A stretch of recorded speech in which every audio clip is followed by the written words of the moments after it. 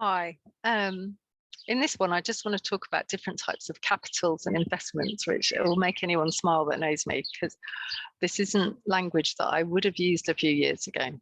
So we've been talking in this series of videos about how there's this narrative in society about more, more, more, and going up the ladder and having a bigger car and more money and needing more stuff. And I've been trying to challenge that a bit for you. And one of the ways that we can do that is by thinking about wealth in a more diverse way. So Pierre Bourdieu is a French sociologist, and he used the words social and cultural capital. And so social capital is who you know, and that might be, there's bonding social capital, which is like neighbours that will look after your kids for you, or pick them up from school, or help you when you've got a flat tire, or I don't know, let you borrow their lawnmower. So that's bonding, where they kind of help you out.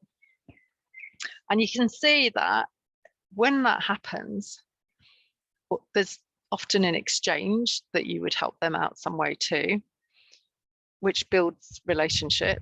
But also, of course, what we don't always see is that it has a value. So if I can borrow my neighbour's lawnmower, then that means I don't have to have a lawnmower, which there's a financial asset in that that's hidden. And I really hate having to reduce everything to finance. And this isn't, I suppose, the way that I think about things now, because I'm more comfortable with these different types of wealth, but I'm doing that to help you think about this.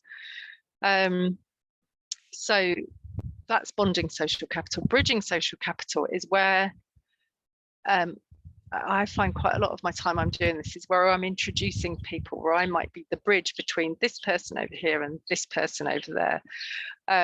And sometimes that might be, I did it earlier this morning, where I emailed someone who's got some experience and wisdom and asked them if they would mentor someone who would like some experience and wisdom. So I was creating the bridge and forming an introduction.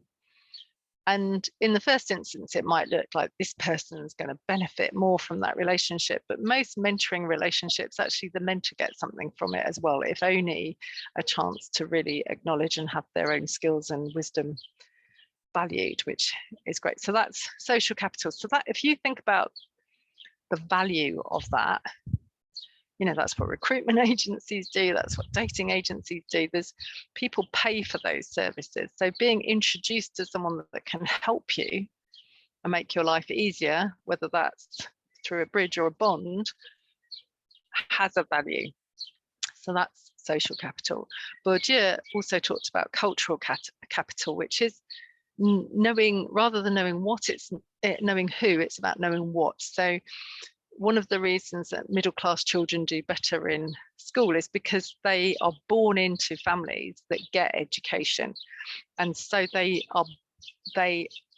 osmotically soak in the cultural capital about what education is and how it works.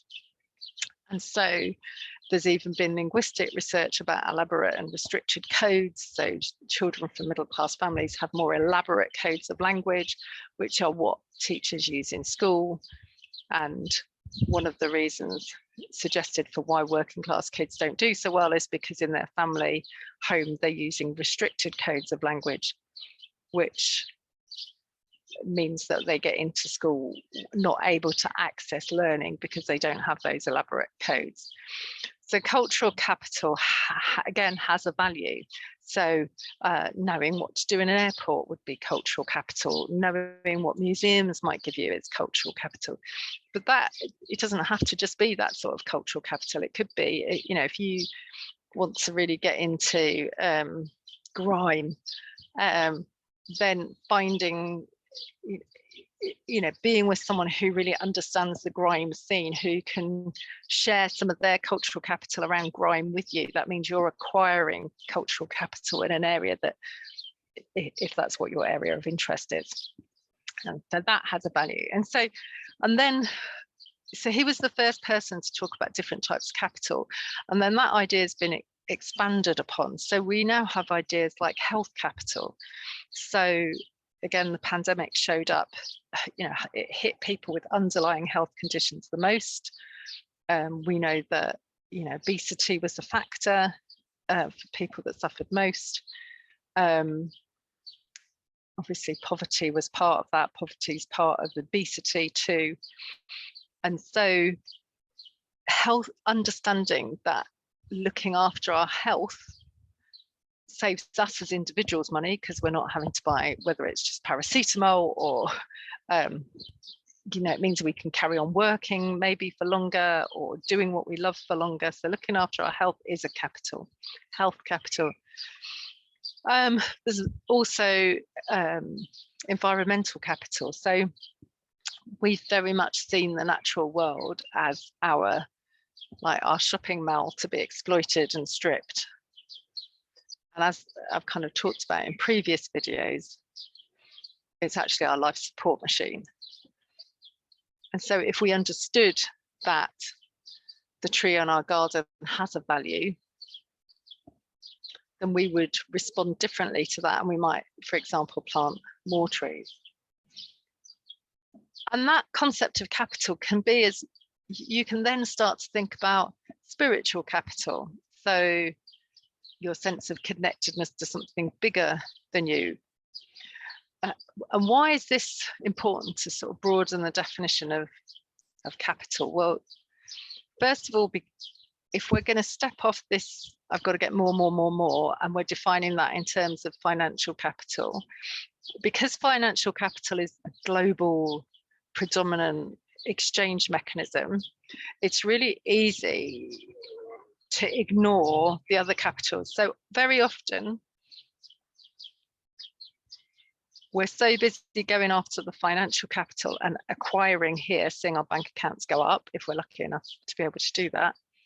But what we don't see is that our other bank accounts might be going down.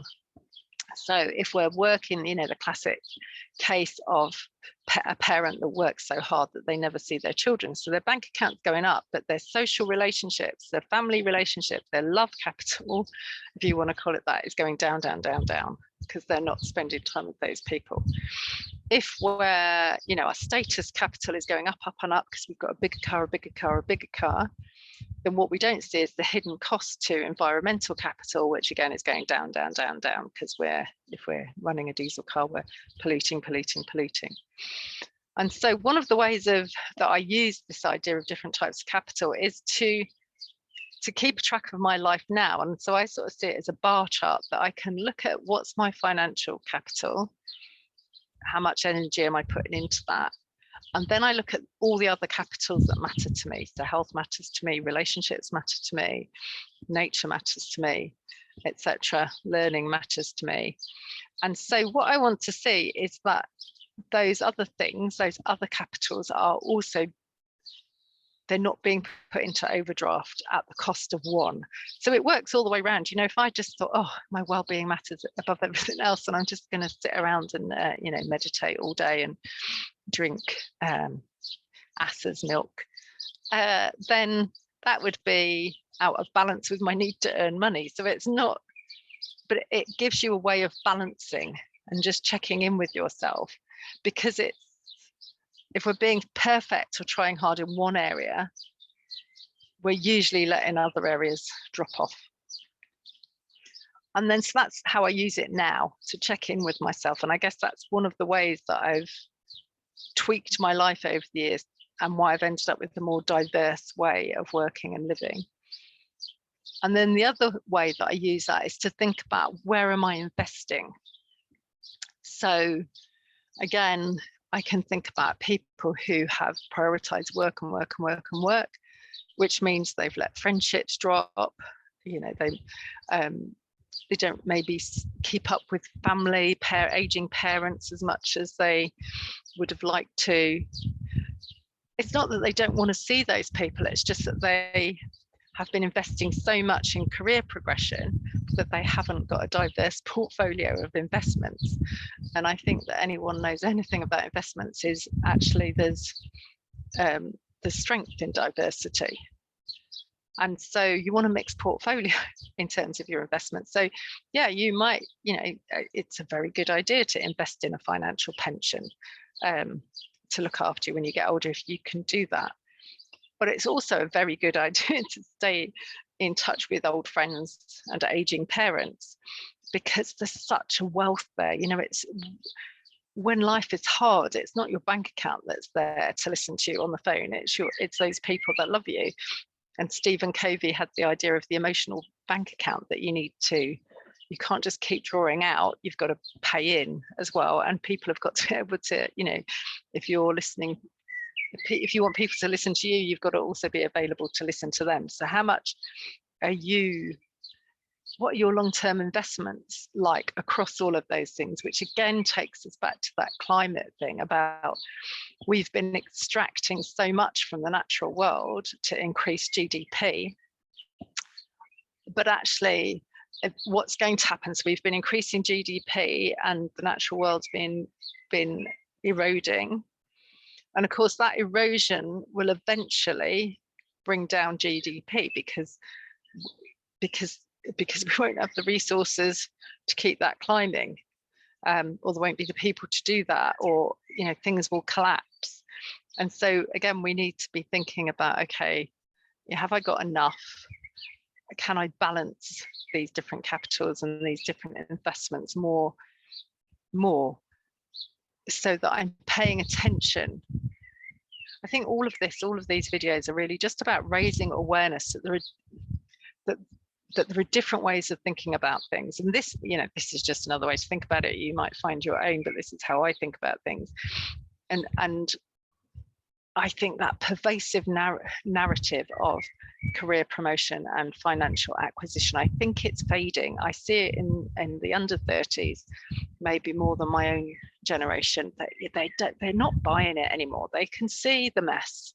They know that they're going to be, as one of them said to me, yeah, but you're going to be out of this mess before me, which was a very sweet euphemism for dead. But she's right, isn't she? That was, a 17-year-old was basically saying, I've maybe got another 30, 35 years if I'm lucky in this world. If I'm lucky, she's maybe got another 55 years, 65 years in this world if she's lucky. And so they're not buying this narrative. And so I think the more we all start to think about things in a more diverse, pluralistic, connected way, the easier it's going to be to really make those changes to increase our well-being and the well-being of the wider world. So I just wanted to talk to you about capitals. Okay.